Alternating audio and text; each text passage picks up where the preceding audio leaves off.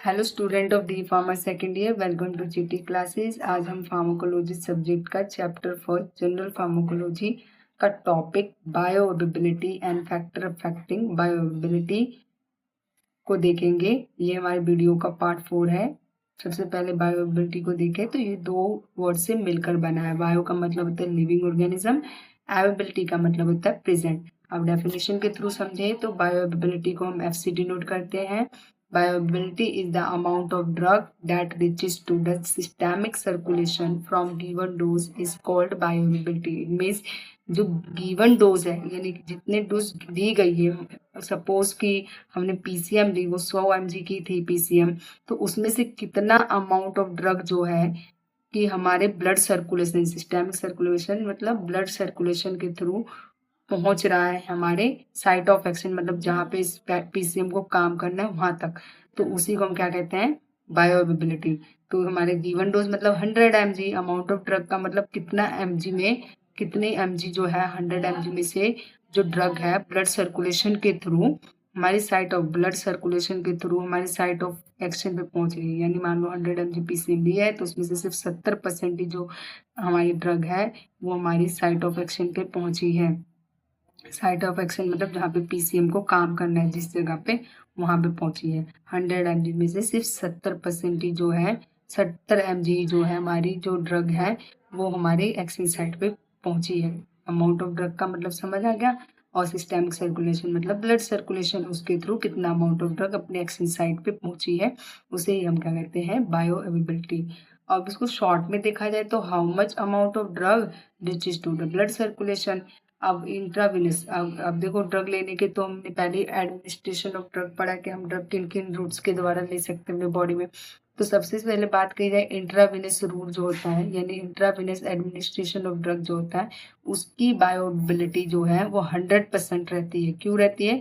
Because the drug directly enter the blood stream, क्योंकि जो drug है वो डायरेक्टली ब्लड के अंदर जा रही है।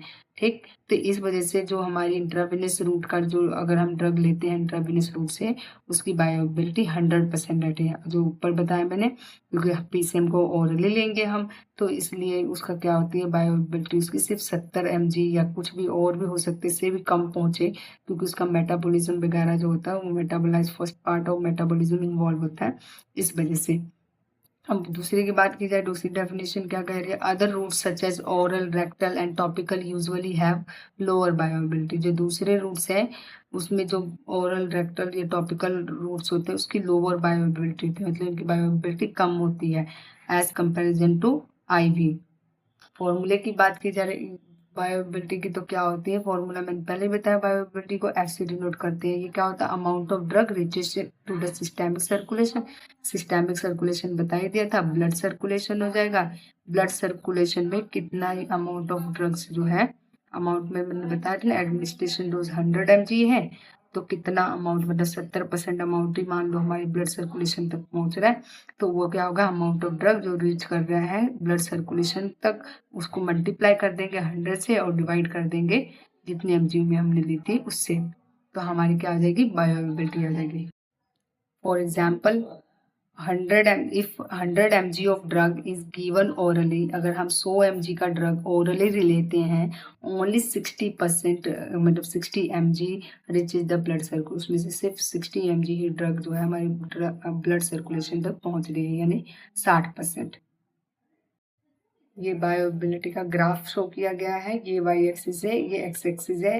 एक्स एक्सिस पे हमने लिया हुआ टाइम, वाई एक्सिस पे हमने एमजी ली हुई है ड्रग्स की।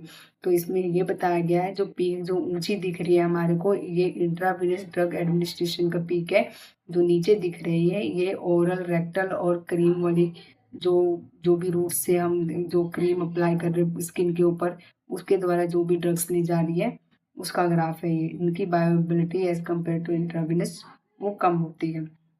मतलब इंट्रावेनस की 100% mg मतलब 100% 100 mg पीसीएम लिया है, अगर इंट्रावेनस लेगा तो 100 mg ही पहुंचेगी अपनी साइट ऑफ एक्शन पे। अगर हम अगर 100 mg ले रहे हैं, ओरली ले रहे हैं मतलब टैबलेट के फॉर्म में, तो वो 60 mg ही सिर्फ अपने एक्शन ऑफ साइट पे पहुंचेगी। इस ग्राफ से हमने ये बताया है। अब इम्पोर्टेंस की बात की जाए कि बायोअवेलेबिलिटी किस किस चीज़ों में इम्पोर्टेंट है, हेल्पफुल क्यों है, बायोअवेलेबिलिटी की जरूरत क्यों पड़ी, हम क्यों पढ़ रहे इसे। तो बायोअवेलेबिलिटी क्या करती है, हमारे को इफेक्टिव डोज को डिटरमाइन करने में हेल्प करती है ड्रग की। फिर हेल्प करती है कंपेयर करने में डिफरेंट डोजेस फॉर्म में, सॉलिड लिक्विड गैसेस जो ड्रग्स रहती हैं उनके कंपैरिजन में भी ये हमारी हेल्प करती है। ठीक, फिर उसके बाद भी बात की जाए तो एक्सेंशियल फॉर कैलकुलेटिंग डोजेस रेजिमेंट्स, जो भी रेजिमेंट्स है डोजेस के, उनको कैलकुलेट करने में भी ये हेल्प करते हैं। जैसे मैंने आपको बताया ना 100 mg की ड्रग जो है, अगर हम 100 mg PCM ले रहे हैं तो सिर्फ 60% या 80% ही एक्शन ऑफ साइड पे जा रही है, तो वो अपना वर्क भी तो कर रही है। तो उस चीज से हमारे को क्या पता लगता है, ड्रग के इफेक्टिव जो जो कैलकुलेशन होती है उसका पता लग जाता है। Importance in the development of tablet capsule and other formulation, ये क्या कहते हैं, मदद करती है हमारे को टैबलेट कैप्सूल और दूसरे फॉर्म को डेवलप करने में। Use in bio equivalence studies of generic medicine, ये क्या कहते हैं, बायो इक्विवेलेंस की जेनरिक मेडिसिन में भी स्टडी करने में हेल्प करती है। जेनरिक मेडिसिन की बायो इक्विवेलेंस में के स्टडी करने में हेल्प करती है। टाइप्स ऑफ बायोअवेलेबिलिटी की बात की है मैंने, जो बायोअवेलेबिलिटी है, जो अमाउंट ऑफ ड्रग हमारे सिस्टमिक सर्कुलेशन के थ्रू साइट ऑफ एक्शन पे पहुंच रहा है, इसकी क्या कितने टाइप्स के होते हैं ये। तो इसकी बात की जाए तो एब्सोल्यूट बायोअवेलेबिलिटी होती है, यानी comparison of bioavailability of drug after oral administration with IV administration. यानी एब्सोल्यूट बायोअवेलेबिलिटी को क्या बात की जाए तो इसमें कंपेयर किया जाता है बायोअवेलेबिलिटी ऑफ ड्रग्स की orally after orally administration with IV admission, मतलब ओरली पीसीएम दिया फिर आईवी से पीसीएम दिया, दोनों में से कौन फास्ट कर रहा है, किसकी बायोअवेलेबिलिटी एब्सोल्यूट है, तो उसको कंपेयर करने को हम क्या कहते हैं, एब्सोल्यूट बायोअवेलेबिलिटी। रिलेटिव बायोअवेलेबिलिटी मतलब comparison of bioavailability between two different formulation, यानी इसमें क्या करते हैं हम, दो डिफरेंट फॉर्मुलेशन की कंपैरिजन करते हैं, इसे बोलते हैं रिलेटिव बायोअवेलेबिलिटी। इसमें दो डिफरेंट फॉर्म जो होंगे बायो इसमें ड्रग्स की, उसको हम लेके कंपेयर करेंगे ऑफ द सेम ड्रग का मतलब एक ड्रग एक ही होगा पर दो दो अलग अलग फॉर्म में। बात की जाए 100 mg में हमारी हो गई पीसीएम की गोली हो गई, टैबलेट हो गई, और 100 mg के आईवी इन्फ्यूजन हो गया। ये जस्ट फॉर एग्जाम्पल, ठीक है, इन्फ्यूजन हो गया। तो दोनों का कंपैरिजन करना है, इसको क्या कहते हैं, दोनों के बायोअवेलेबिलिटी का कंपैरिजन। टैबलेट ज़्यादा फास्ट कर रही है पीसीएम की है, जो आईवी दे रही है हम इन्फ्यूजन के थ्रू वो ज़्यादा फास्ट काम कर रहे हैं, उसकी बायोअवेलेबिलिटी ज़्यादा है। तो उसकी कंपैरिजन को हम क्या कहते हैं, रिलेटिव बायोअवेलेबिलिटी। तो दो ही तरह के बेसिकली, एक एब्सोल्यूट और एक होता है रिलेटिव। रिलेटिव्स में हम एक ही सेम ही ड्रग्स को कंपेयर करते हैं एक दूसरे के। जैसे मैंने बताया 100 mg की टैबलेट ली, एक पेशेंट को खिलाई, एक पेशेंट को हमने क्या कर दिया, इन्फ्यूजन दिया। तो दोनों में से जिसका फीवर पहले खत्म होगा तो उसका ही जो होगा उसको उसको बोल रहे हैं, उन दोनों को लेके कंपैरिजन कर रहे हैं कि कौन सा जो ज़्यादा इफेक्टिव है, पीसीएम जो 100 mg की दिया वो या इन्फ्यूजन दिया वो। ठीक, और इस वाले में क्या हुआ कि इसमें हम एब्सोल्यूट वाला मतलब एब्सोल्यूट कंपैरिजन होता है आईवी और मतलब एक को पीसीएम दे दिया, एक को 100 mg का टैबलेट दे दिया। तो इसमें से जब सबसे ज़्यादा इफेक्टिव किसे माना जाएगा, जो 100 mg का इन्फ्यूजन है ना। तो ये हो गया ना एब्सोल्यूट बायोअवेलेबिलिटी। तो वो बोल रहा है अब बायोअवेलेबिलिटी के कौन कौन फैक्टर है जो उसको बायोअवेलेबिलिटी को अफेक्ट करते हैं। तो सबसे पहले आता है रूट ऑफ एडमिनिस्ट्रेशन। सही बात है, क्योंकि हम कौन से तरीके से हम ड्रग बॉडी के अंदर दे रहे हैं तो वो भी बायोअवेलेबिलिटी के फैक्टर को इफेक्ट किया। जैसे मैंने बोला था, अगर हम आईवी दे रहे हैं या इंजेक्शन के थ्रू, हम इंजेक्शन आईवी का मतलब इंजेक्शन के थ्रू हम कोई ड्रग दे रहे हैं तो उसकी बायोअवेलेबिलिटी ज़्यादा होगी as comparison to oral rectal, है ना। तो वही बता रहे हैं कि रूट ऑफ कौन कौन से फैक्टर को बायोअवेलेबिलिटी को इफेक्ट है। आईवी दे रहे हैं रूट से तो 100% बायोअवेलेबिलिटी है। ठीक, ओरल दे रहे हैं तो लोअर बायोअवेलेबिलिटी है due to absorption barrier and a first pass metabolism. वही मुंह के थ्रू गई, फिर उसका मैंने एड मी करके आपको वो ट्रिक सिखाया था ना, एड मी करके, ए से एब्जॉर्प्शन, डी से डिस्ट्रीब्यूशन, एम से मेटाबॉलिज्म, ई से एक्सक्रीशन। तो ये फर्स्ट पार्ट ऑफ मेटाबॉलिज्म में आ जाता है। तो इसमें क्या होता है, क्यों होता है ओरल रेक्टल का और क्रीम वाले ऑइंटमेंट वगैरह का, इनका क्यों होता है वो लोअर बायोअवेलेबिलिटी, क्योंकि इनके अंदर ये होता है ठीक, एडमी जो कहते हैं ना, एब्जॉर्प्शन, डिस्ट्रीब्यूशन, मेटाबॉलिज्म, एक्सक्रीशन, इस वजह से। और बाकी जो इंजेक्शन के थ्रू देते हैं ये तो डायरेक्टली ब्लड में जाता है, तो इसमें फर्स्ट पार्ट ऑफ मेटाबॉलिज्म जो होता है वो एब्सेंट होता है। Insulin can not be given orally, जो इंसुलिन है कभी भी ओरली दे ही नहीं सकते हम। Insulin can not be given orally because it is a destroy in the gastrointestinal tract, क्योंकि ओरली दिया तो ये गैस्ट्रोइंटेस्टाइनल ट्रैक्ट को क्या कर सकती है, डिस्ट्रॉय कर सकती है। इसलिए हम ये एब्डोमेन्स को के ऊपर जो नाभि होती है उससे 3 फिंगर ऊपर हम क्या कहते हैं, इंसुलिन का इंजेक्शन लगाते हैं। ये ओरली पेशेंट को नहीं दिया जाता। फर्स्ट पास मेटाबॉलिज्म, ये भी बायोएबिलिटी के फैक्टर को अफेक्ट करता है। कैसे? Some drugs are metabolise in liver, कुछ ड्रग्स जो होते हैं वो मेटाबोलाइज का मतलब है तो ब्रेक डाउन ऑफ द, क्या पढ़ा था बचपन में, मेटाबॉलिज्म क्या होता है, break down of the complex food into smaller molecules. तो यही होता है ड्रग्स का भी, जो स्मॉल, जो हमने कॉम्प्लेक्स फॉर्म में जो टैबलेट लिया है उसका टूटना, ठीक है, वो कहाँ पे टूटता जाके, लीवर में। तो लीवर के हेल्प से टूटता है ना, तो इन द लीवर मेटाबोलाइज होता है ड्रग, कहाँ पे जाके, लीवर में। बिफोर रीचिंग सिस्टेमिक सर्कुलेशन, कहाँ पे जाने से पहले, ब्लड में जाने से पहले उसका मेटाबोलिज्म कहाँ होता है, लीवर के अंदर। अगर एग्जाम्पल की बात की जाए तो नाइट्रोग्लिसरीन, प्रोपेनालोल और लिडोकेन, ये हमारे ऐसे ड्रग्स हैं जिनमें फर्स्ट पार्ट ऑफ मेटाबॉलिज्म होता है। दिस सिग्निफिकेंटली डिक्रीज बायोएबिलिटी, ये सिग्निफिकेंटली क्या करते हैं, बायोएबिलिटी को डिक्रीज करती है। ठीक, drug formulation, different formulation release drug at a different site. जाहिर सी बात है ड्रग फॉर्मुलेशन भी जो होती है वो बायोएबिलिटी के फैक्टर को अफेक्ट करती है।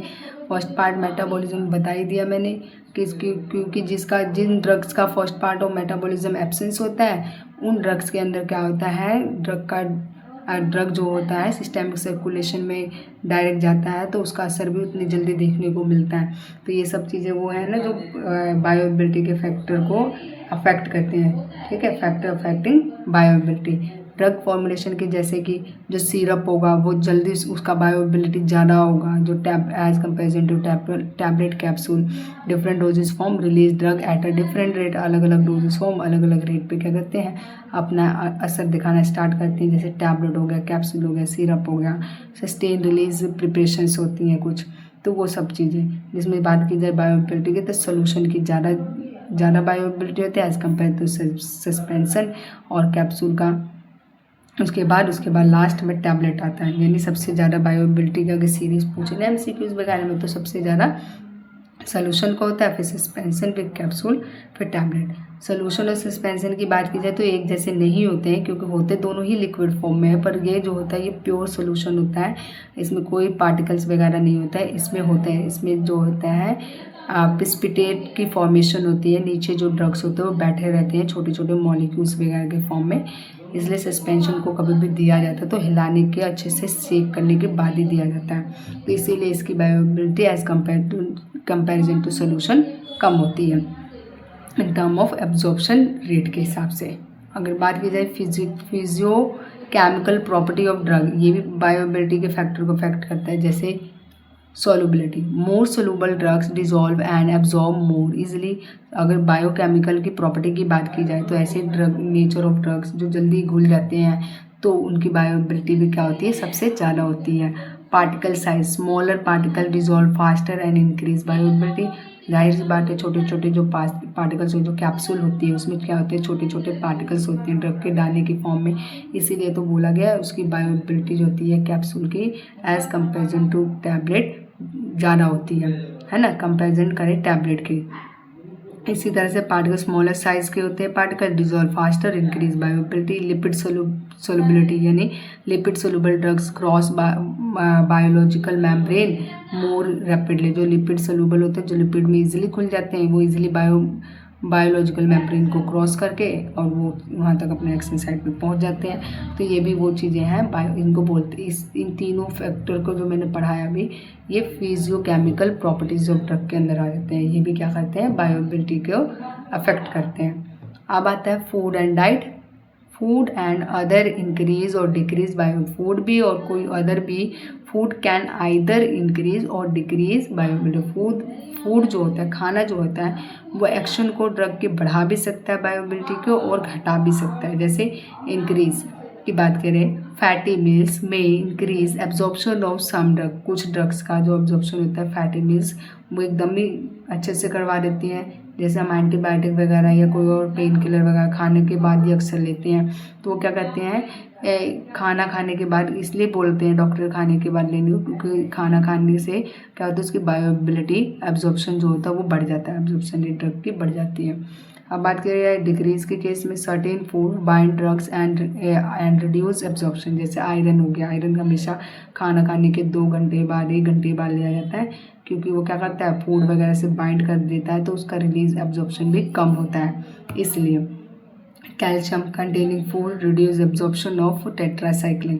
कैल्शियम के अंदर क्या होता है, ये इंक्रीज वाला की बात कर रहे हैं कि कैल्शियम जो होता है कंटेनिंग फूड, कैल्शियम में क्या होता है फूड होता है, और ये क्या करता है रिड्यूस एब्जॉर्प्शन, ये एब्जॉर्प्शन को क्या करता है रिड्यूस कर देता है टेट्रासाइक्लिन से।